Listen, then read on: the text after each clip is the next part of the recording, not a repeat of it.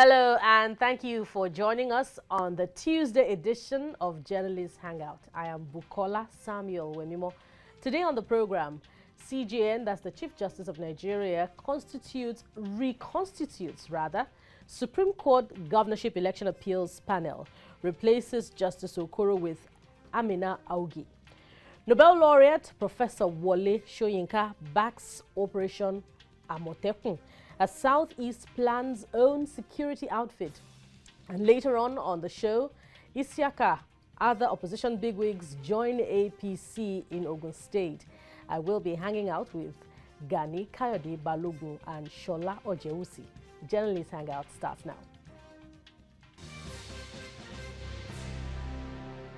Yes, we're very glad you could join us. Rather than being troubled or amused, we were and are still very patient with events at the Supreme Court of Nigeria regarding determination of governorship election appeals. First, it was a suspension of sitting of the panel over crowd trouble. Then an adjournment due to illness by a member. While we were just coming to terms with events of the previous day, the Apex Court jolted us with another. At the resumed sitting of the Governorship Appeals Panel, the Chief Justice of Nigeria, Justice Tanko Mohammed, reconstituted the 7-man appeal hearing the appeals on governorship election results in 6 states. Justice Imo Okoro, who was a member of the initial panel, was replaced with Justice Amina Augi. The Apex Court also moved judgment on the appeal against the Governor of Kano State, Abdullahi Ganduje, to January the 20th. First of all, let me welcome my guests. To my far left, there's Sola Ojewusi. You're welcome. And Gani Kayode-Balogun. You're welcome. Well, it's a pleasure to be here. Yes, it's a pleasure to have you, as always. So, gentlemen, we can safely conclude that the judge who suddenly fell ill and couldn't continue sitting at the panel was Justice Imo Okoro, GKB. Yes, we were waiting for confirmation today because we knew that if a person was that ill that cannot sit, that means the postponement till today will have to, something drastic will have to happen, one way or the other. And just like we suspected, the CJN replaced Justice Okoro with Justice Augi, and then moved some cases forward to enable the new member familiarize herself with the cases at hand.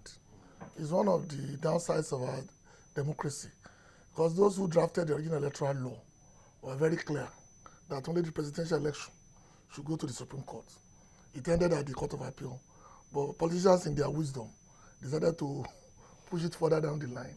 And now the Supreme Court is overwhelmed, having to answer 36 appeals. 36 normally. There are even cross-party appeals sometimes. Yeah. That lead up to 50, 60, purely on electoral matters. So I do not envy the judges of the Supreme Court. Yeah, I think what actually happened to Justice Okoro may also be a fallout of that pressure. You know, he was said to be seriously ill. You never know. It has so much pressure. The illness developed within 24 hours. In fact, hours. Sometimes when there is so much pressure, you know, it does happen. But it also shows that they are human. You know, the judges, they are human beings. They are prone to. We can't rule out unforeseen circumstances, can we? Yeah, definitely. We have to thank the people who made it possible for us to have as much number of justices. At least if something happens to one, somebody can take over. I think that's has been. But like he said, Justice Amina has to come to terms with what is on the ground and be able to fall in line. I think the idea of moving it forward and readjusting, as CJN has done, is quite necessary. But really, we have to have a way of not putting too much pressure. Sometimes the human factor comes in, and I hope the human factor will also not affect the issue of justice, being given all the opportunities justice has to be seen to have been done. So all these hiccups, you know, the people at the top have to find a solution. But does this ease the tension over the determination of these appeals, of these critical elections? I'd rather say rather extends the tension, because Excavate. People, it's also excavate because people now will be wondering. There are also insinuations that, despite what happened yesterday, is there no way that a kind of plan B should have been in place to the extent that there will be no delay or postponement or whatever? But then it happens, like, like I said earlier, we are human beings.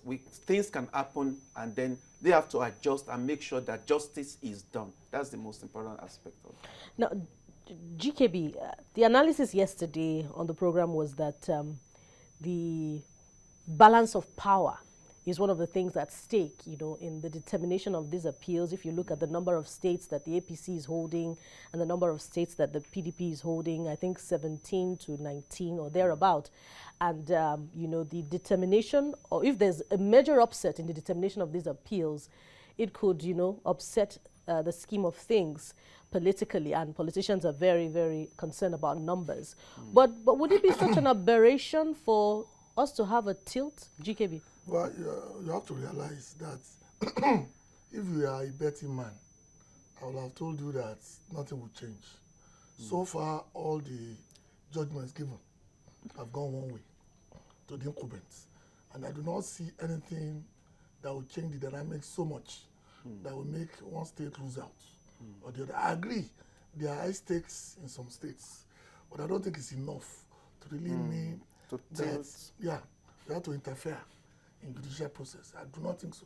I think sometimes our penchant for conspiracy theories sometimes overtake our sense of logic.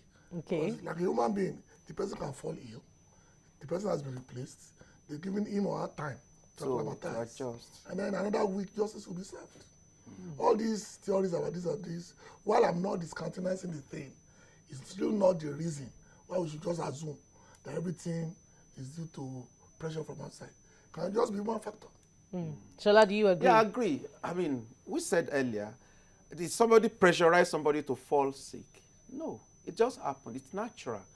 So I don't think there's anything strange about what the CJN has done. The balance of power as it currently stands doesn't have anything to do with, I don't think so.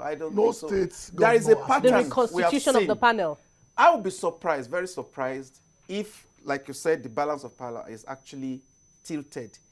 What I'm seeing is the same thing. We have seen the patterns of decisions.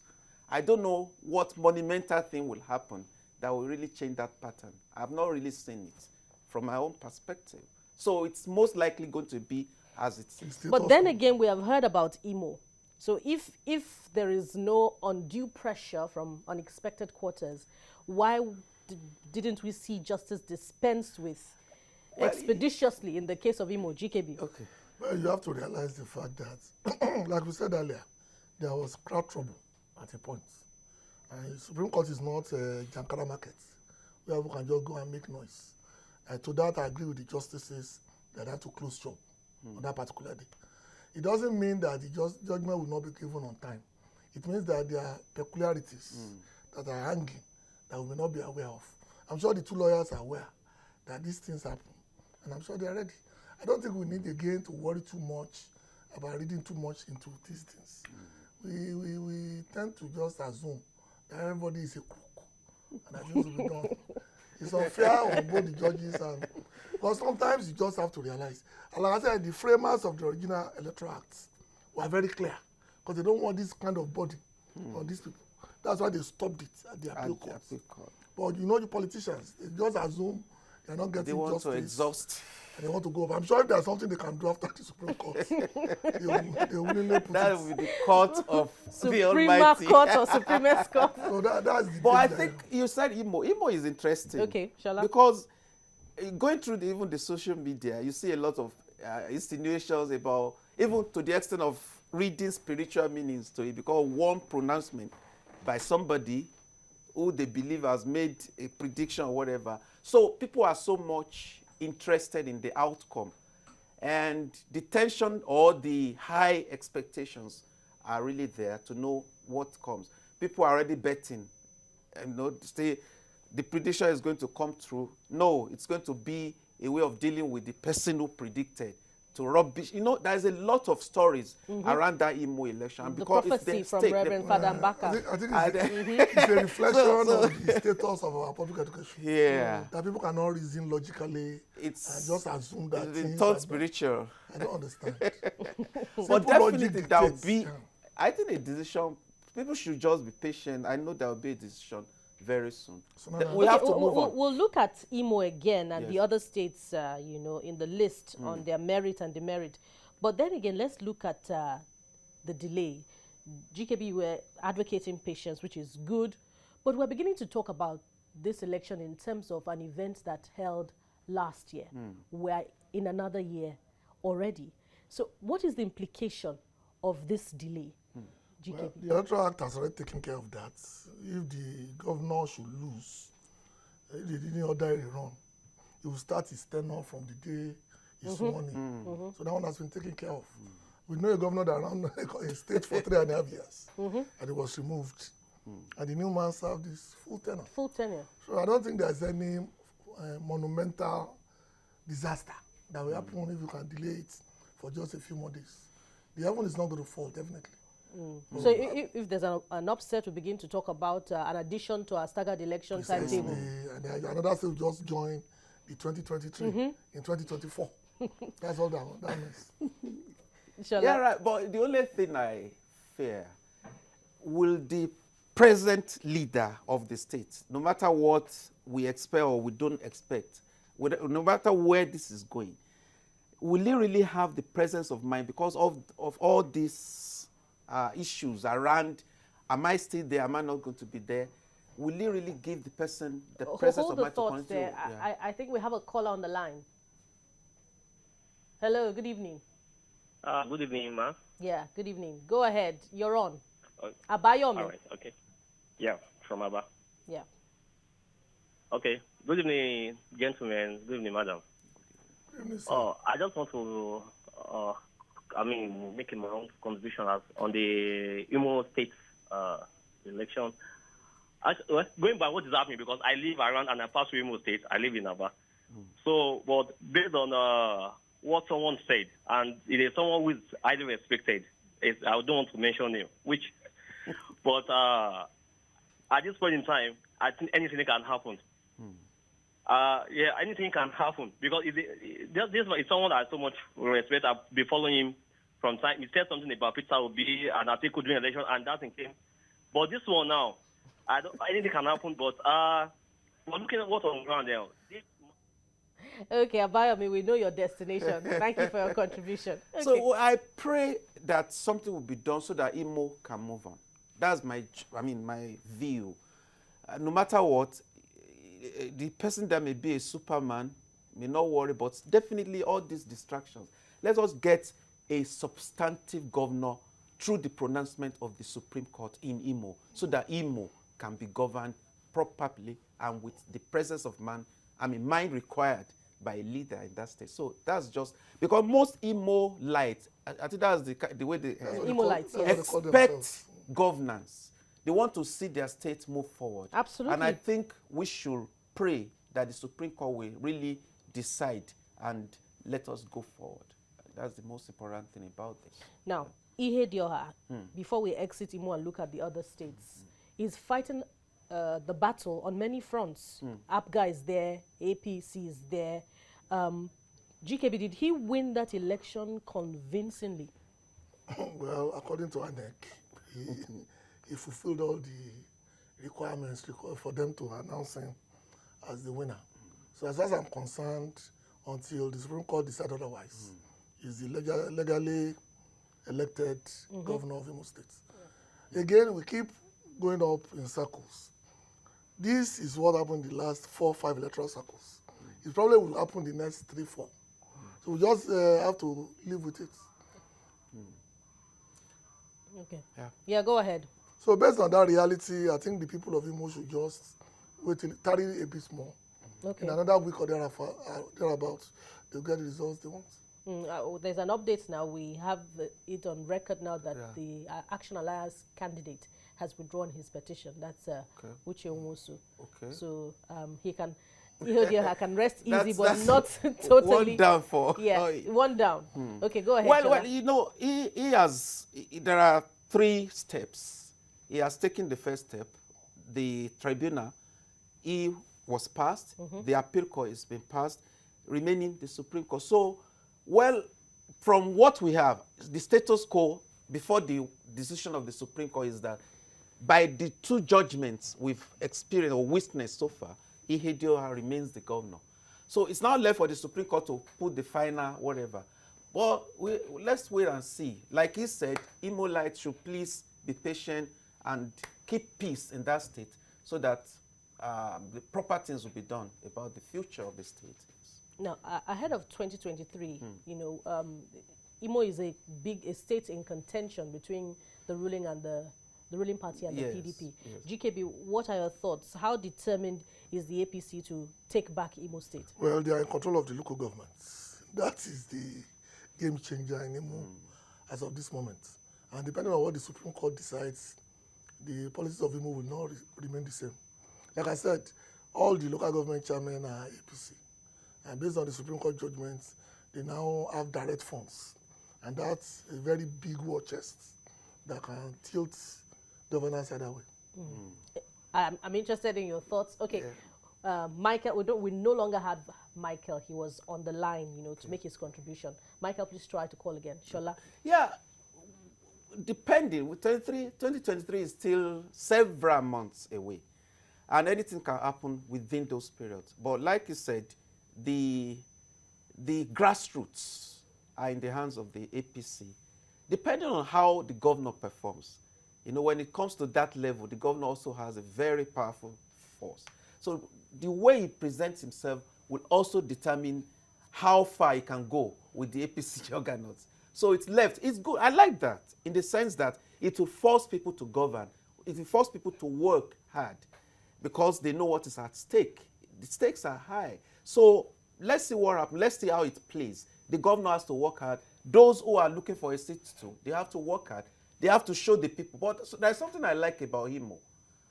It's just like in some areas in the Southwest, they don't really base their decisions on sentiment.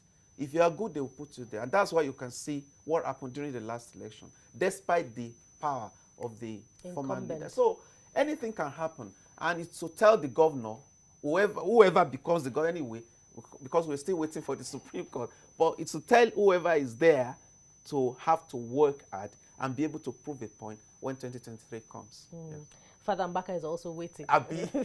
All right, let's go to the middle belt. GKB, Benue State, will Samuel Otom consolidate his hold on that state? Well, he has done that by winning the election.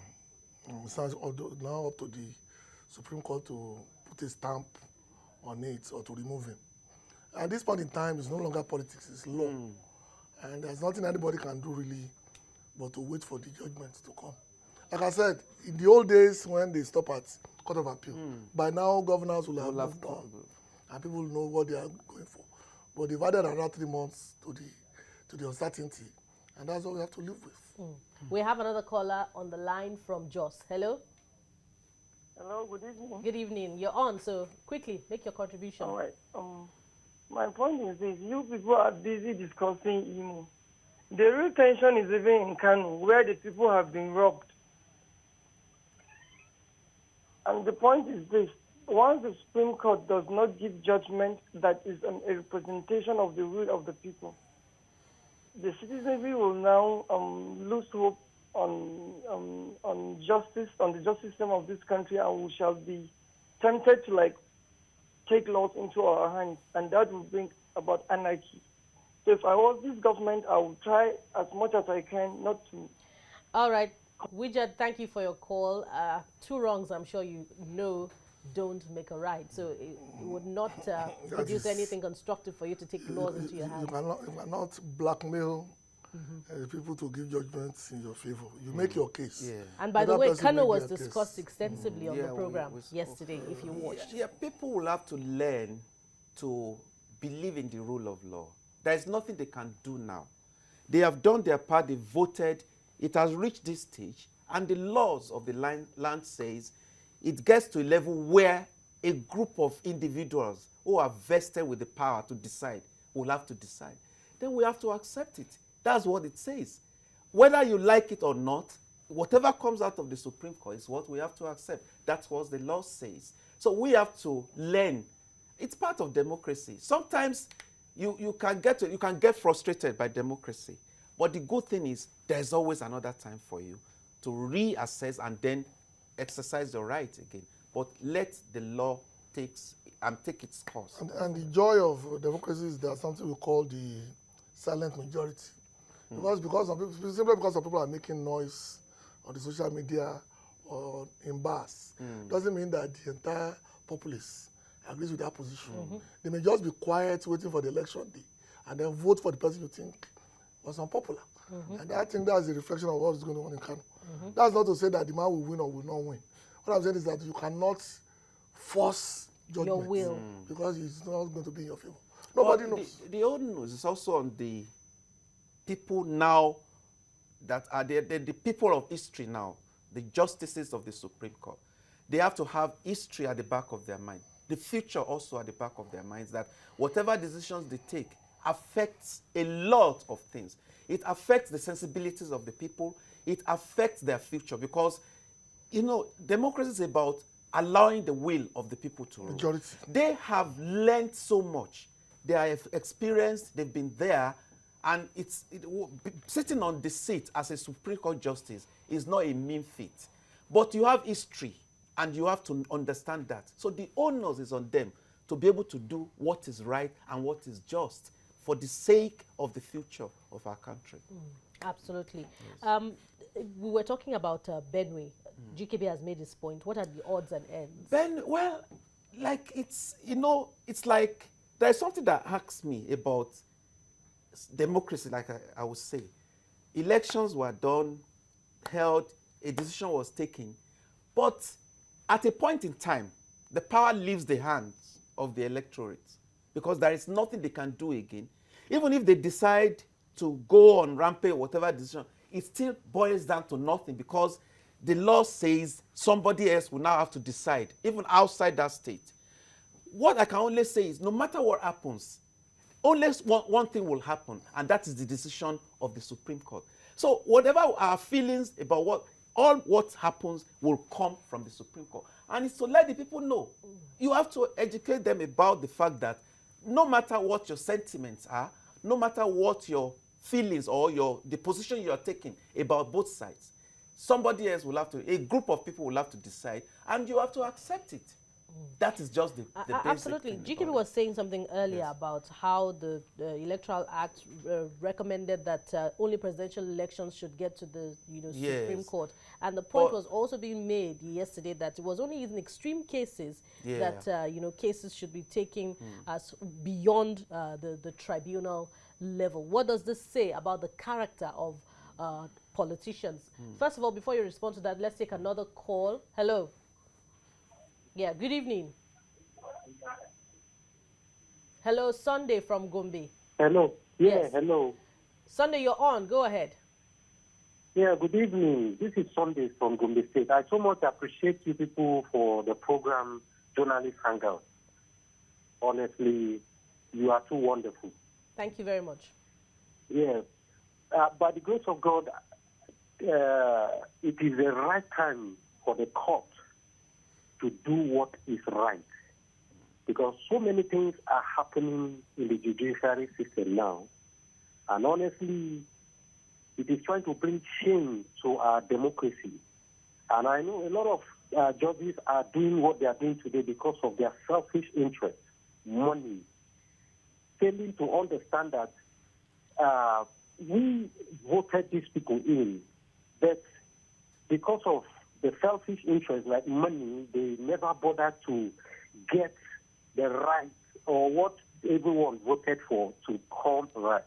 And I can give you a living example with what happened in Bauchi. M.A. Abakar is totally rejected from Bauchi State.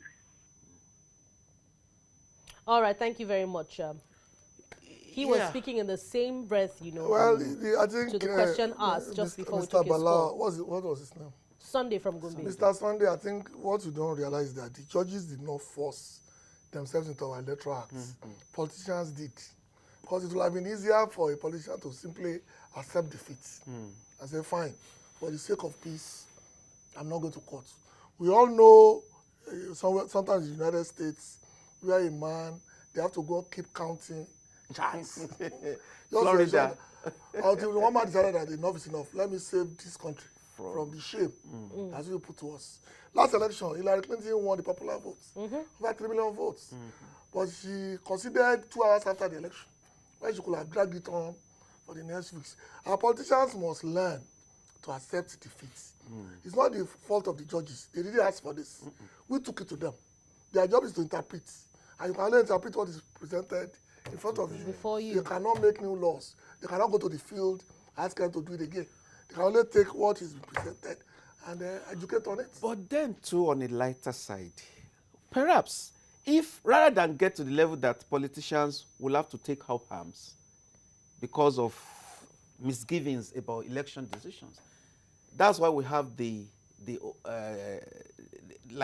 judges now that will stand as the Solomon between 2 warring factions to make. So since they are ready to exhaust that, rather than go violent, then let's give them the opportunity. But still, I'm nothing against yes, that. yes. The point I'm making is the fact that he's blaming the judges. Yes, and I said they didn't ask for It this. has nothing to do with the But I judges. agree, our politicians really, they have to have a sense of responsibility. You know, we just said about somebody who decided to say enough is enough. Sometimes you have to think of the future, of the people, of the peace of the land. And remember that it's always easy for you. 4 years are never too 48 months. So before you know it, you are back. On a lighter note, gentlemen, the Yes. lawyers are not complaining. The lawyers are Oh, they are always waiting. They're always waiting for after The election lawyers are period. smiling. All right, you're watching Journalists Hangout on TVC. Still to come, Nobel Laureate Professor Soyinka backs Operation Amotekun as the Southeast plans own security outfit. Stay with us, we'll be right back.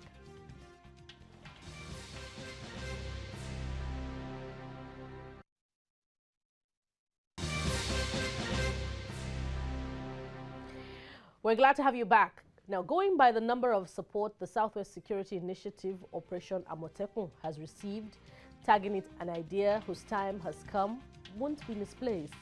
Nigeria's Nobel Laureate Professor Soyinka has hailed the launch of Operation Amotekun, describing it as a desirable New Year gift.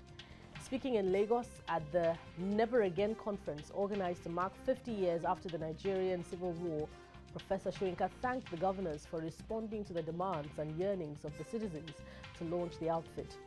Meanwhile, leaders in the Southeast region are also planning their own version. The Ogun State Commissioner for Internal Security and Border Peace, Stanley Emeha, said the Southeast governors and other leaders will meet this month to conclude talks on a security outfit. But let's hear from Professor Soyinka on this matter.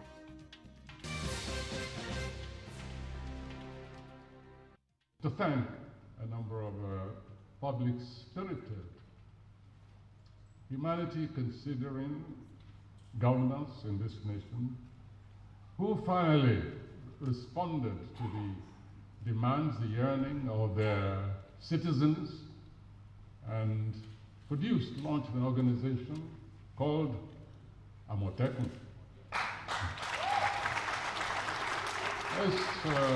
It counts as one of the most unexpected, because I had given up on them, unexpected but at the same time most desirable New Year present I think this nation has ever received. Amotekun. Those who disagree are free to disagree. The point is, the yearning of the people has been fulfilled with that organization. Professor Soyinka there, the Nobel Laureate, commending Operation Amotekun. So, it's the word on the lips of many now. Nobody is talking about, what it will take, the scope of operation and all of that. It is just commendable. GKB, what are your thoughts? Well, again, let me correct most people. It's called the Southwest Security Network. It's called the Amotekun Initiative. It's not Operation Amotekun. Operation Amotekun connotes that maybe the army kind of is doing something other for 3 weeks somewhere and for 4 weeks somewhere. Exercise. No. This is a long-term project being organized by the governors using DAWN, the development agenda for Western Nigeria as the pivot to ensure that our people are protected. Like the professor said, sometimes the best decisions are the ones that make you feel good. It has no tangible thing to give you to make any change. But the very fact that it happened is enough to even give you peace of mind. I mean, of course, as you know, I'm a critical insider of the entire process, and I can tell you the next step is being worked on, and it's going to follow the premise that the governors have laid. What Amotekun is trying to achieve is to do proactive intelligence gathering so that a crime is nipped before it becomes a crime.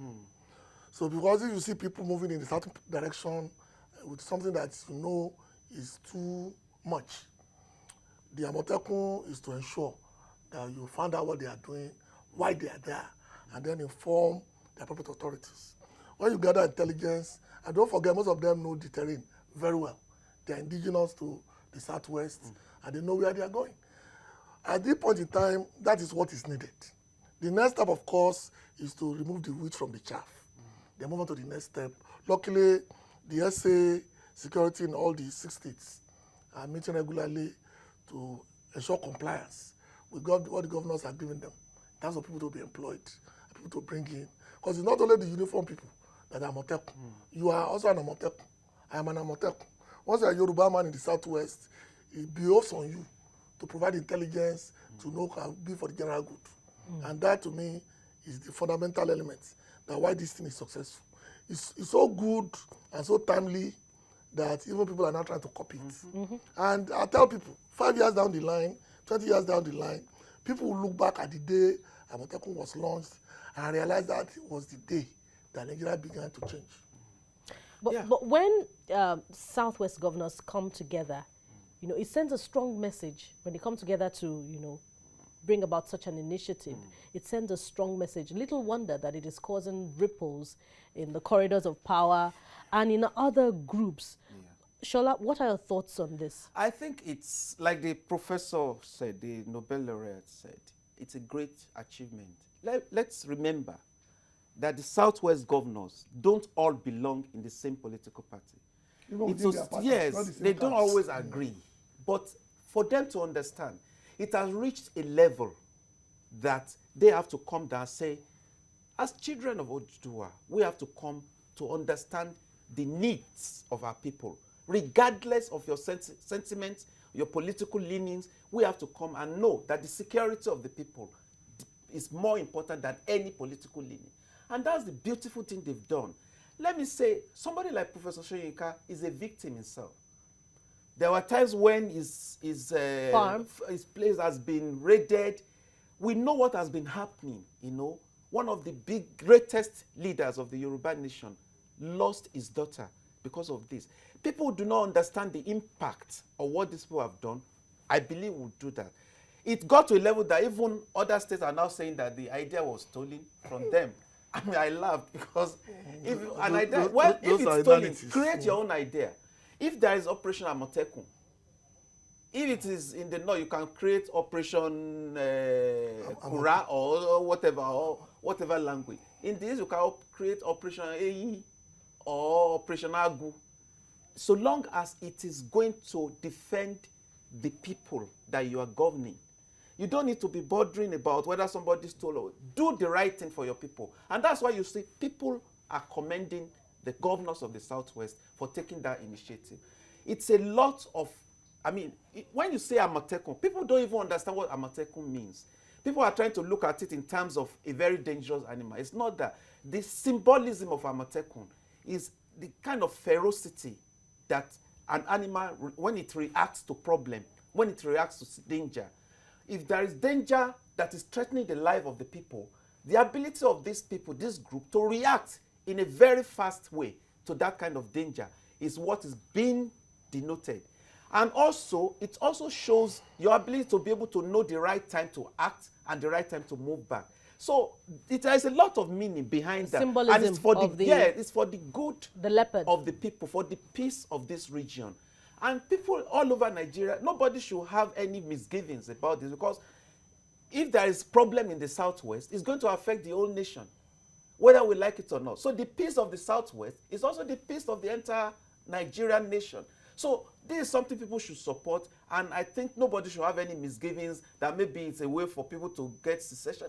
So all those insinuations should never be It's seen. not an expression of self-determination by the Southwest. And is it also not going by the position of the governors, not the constitution of state police through the back door? No. I was physically present on that day, so I know exactly what they said. And I agree with them totally, because what Mr. Kayode-Balogun said was the fact that we know how to go about getting state police, but we have a problem. We must find a solution immediately. State police will take a long time, so this is not state police. This is also not a replacement of the Nigerian police. It's a complement of what they do. And Yoruba people have been saying it for many years. Don't forget, 70% of all vehicles in Nigeria is here. 80% of the economy of Nigeria is here. The ports that are working are here. The major airports, the airport is here. So you are looking at the region that is hosting the economy of Nigeria. And until 2 years ago, the most peaceful out of the 6. The moment Southwest is no longer safe, Nigeria is no longer safe. Because it sends a wrong signal to people that Nigeria is now a governorless state. And that's why I think the federal government agrees to the principle of the Amotekun. That's why the IGP puts it under his concept of community policing. So these are things that work together for good, because nobody wants to succeed. Nobody enjoys the Nigerian Federation more than the Yoruba people. Because this is where everybody, wherever they are, they bring whatever money they are making. It's invested there. Dangote is investing over $2 trillion, 2 trillion naira into the system. You know what the banks are doing? You know what they are doing here? You see the building that's going on the Atlantic City. Look at the one that's going on at Lekki. So nobody, Nigeria. Hold the thought there. We have another caller on the line. Hello. Good evening. Yeah, Yakub. good evening, Bukola. You're welcome. Thank you. Good morning. Good evening to the guests in the studio. Good evening, sir. Yeah, I think Professor Soyinka said it all. I think every individual that comes from Southwest and then the entire country as a whole, I think they will support this very kind of initiative that been taken by the 6th governor of Southwest. Are you getting it? For me, I think they should go beyond that. They should go beyond that in the sense that the security of our life is very, very paramount, and then it's supposed to be so germane to every governance. But, when we are talking about human capacity, we don't even have enough police to police individuals of this country, because how many police we have in this country? They cannot be able to even police us. So nobody should see those Amotekun guys as alternative or antagonists of police. All right. Thank you very much, Yakub. Point well taken. I think Yakub got it from me.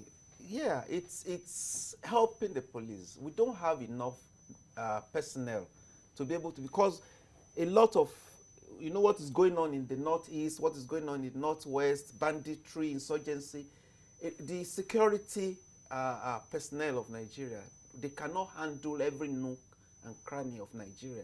So outfits like this, so long as they are well maintained and managed, and you cannot say, we have 6 governors who are leaders of state. And you can hear what GK said. We have special advisors on security to all the governors meeting regularly. So it's something that nobody is going to go out of bounds in handling this issue. Everybody is aware. As far as I'm concerned, I also try to do a kind of study of what is going on. It is the right answer for now to the kind of, sometimes when you have clear and present dangers, you have to find solutions to such peculiar situations.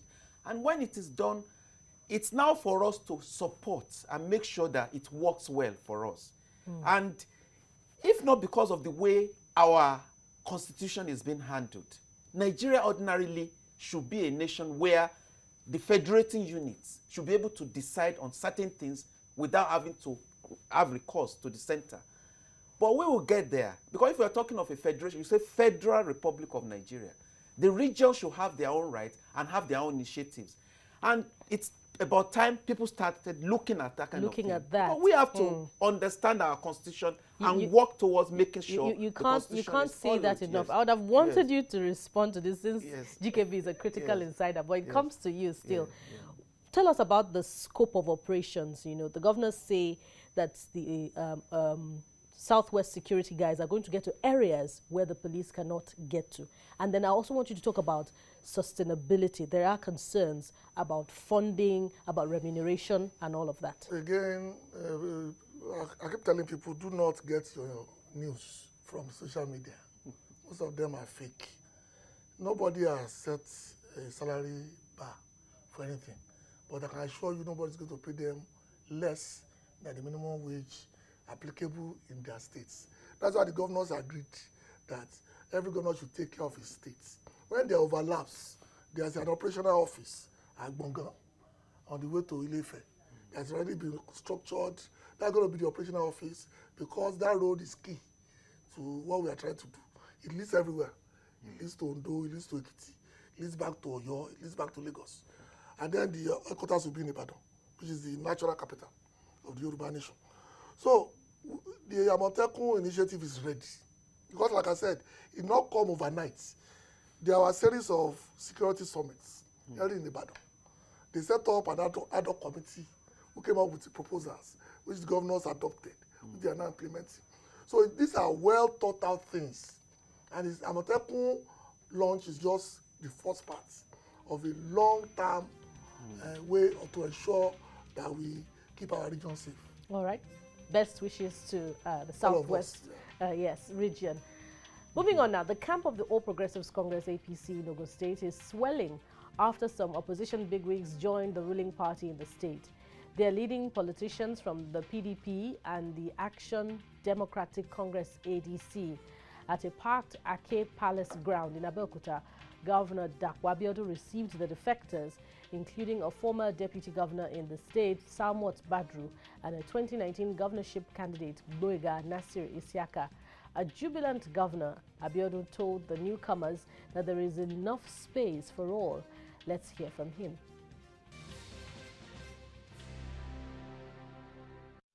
Accept all the leaders and members of ADC and PDP Ogun State into our fold, and immediately they touch this symbol, they become the full-fledged member of APC. Oh, yeah. They are now full members of APC.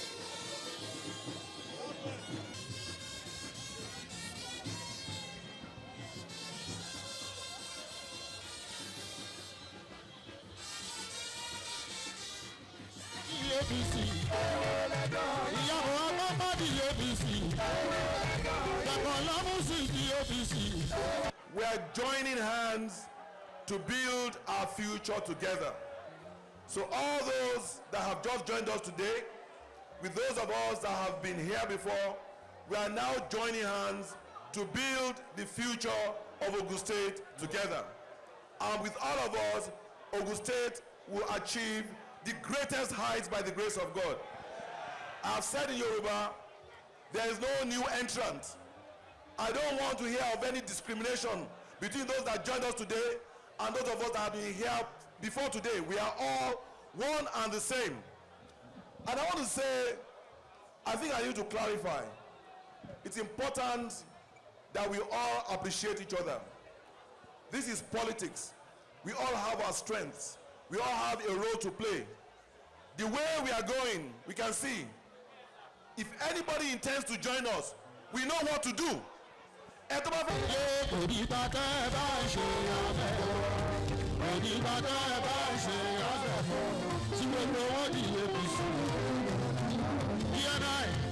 óyá yọ̀gbálẹ̀.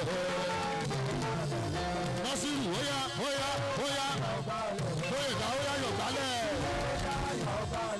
Bring out your broom. Óyá óyá ìyẹ̀rù ọlọ́pàá óyá yọ̀gbálẹ̀. Abíọ́dún àti ìjábá wà lọ.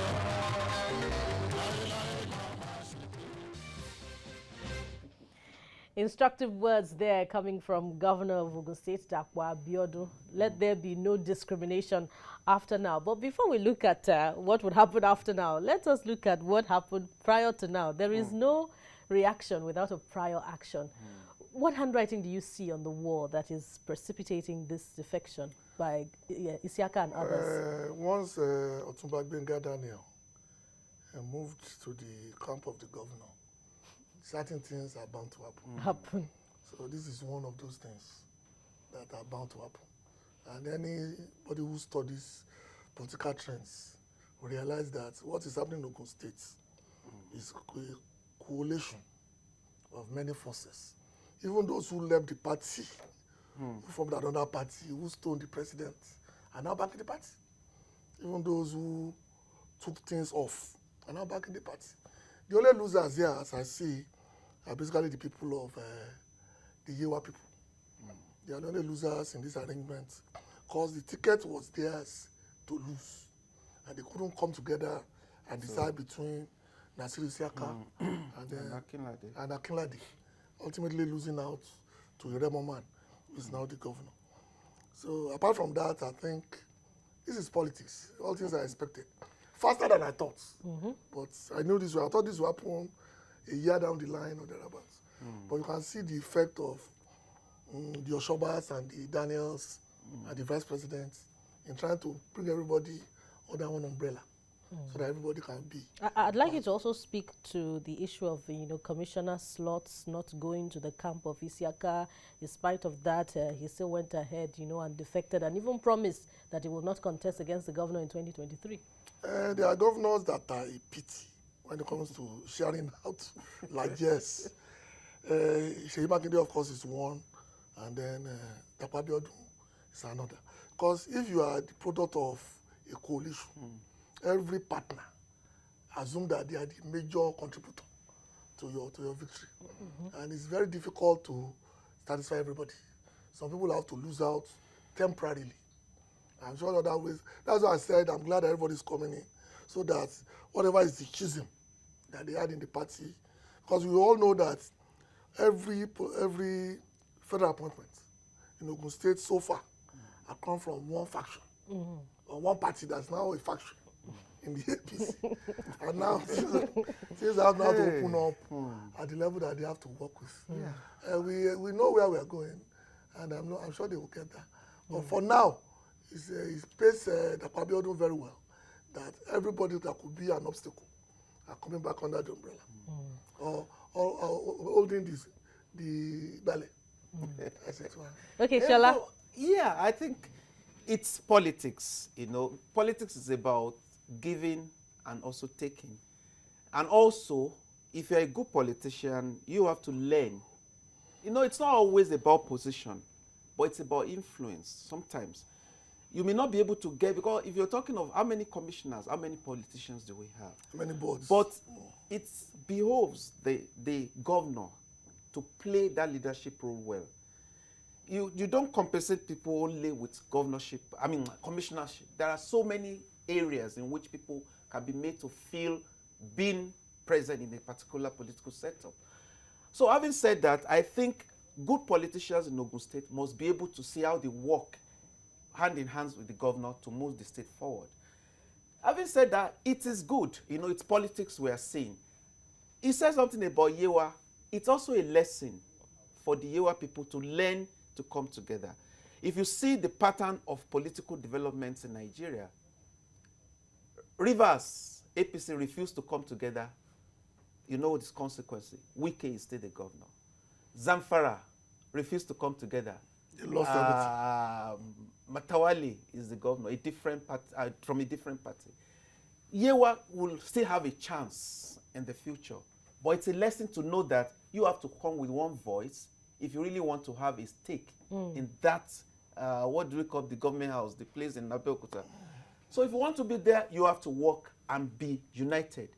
Now, my fear, what happens to opposition in Ogun State? That's the point, exactly. I Just hope, when we thought that the PDP fortunes were increasing in the southwest with Oyo, now we have this happening in Ogun State. And also my fear for His Excellency. He's a good man, articulate, and I think what he has been doing, it also shows what happened today, shows his leadership. His ability to come to bring people together, speak to people, and be able to, create that kind of synergy that led to what happened today. These were supposed to be people who should be at loggerheads with him. But he must have shown some level of charisma. But he has to know now there is a danger. When all the people who should criticize you are now in your camp, don't be carried away. I have to be very, very sincere with His Excellency. By being able to get these people to your camp, don't be carried away, because complacency may set in. And that's why I want a virile opposition in Ogun State, so that the governor can be put on its toe to be able to continue to do the good things he has been doing. GKB, can we have a virile opposition in Ogun State with this defection? Yeah, why not? For every action, there's a reaction. I'm sure there'll be some godfathers whose role would have been diminished by the arrival of the Benga Daniel, or arrival of GNI, and the people of that Salimat Badru. and then those people coming in who are basically Benga Daniel's team. Yes. So some godfathers will feel slighted and they may move back a little bit. So there's no way nature abhors vacuum. It will not stay this long. I'll give it at tops 3 months. When things to start falling apart, and other people start moving to. They may not move to another party, but there will be opposition within the opposition. Okay, just one more question. I hope I can get that in before we wrap up. Would that have been a good chance for the Yewa advocacy, to push and sail through during the governorship election, if they had come together, if they had decided over Akilade or well, it's neither Isiaka here nor there. But then, like I said earlier, where there is a kind of, like the Yoruba say, if the wall did not crack, the lizard wouldn't have been able to get. If you had been together, maybe you would have been able to have a very strong force to be able to present a candidate that will carry the day. But unfortunately, there was no strong connection coming from this crack, no unity, no united front to be able to get that. It's a lesson, as I said, they have to learn to work together with a united front if they want that thing. It's about politics, whether you like it or not.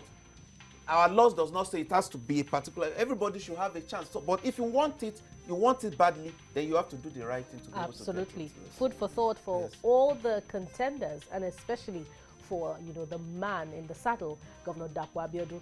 That's all we have for you today on Journalist Hangouts. Thank you for watching. You can join us again tomorrow for another edition of the program. You can also watch that's Journalist Hangout, on other platforms showing on your screen, and on YouTube at youtube.com/TBC News Nigeria. Don't forget, our feedback channel is Journalist Hangout at tvcnews.tv. I am Bukola Samuel Webimo. Thank you for watching. God bless Nigeria.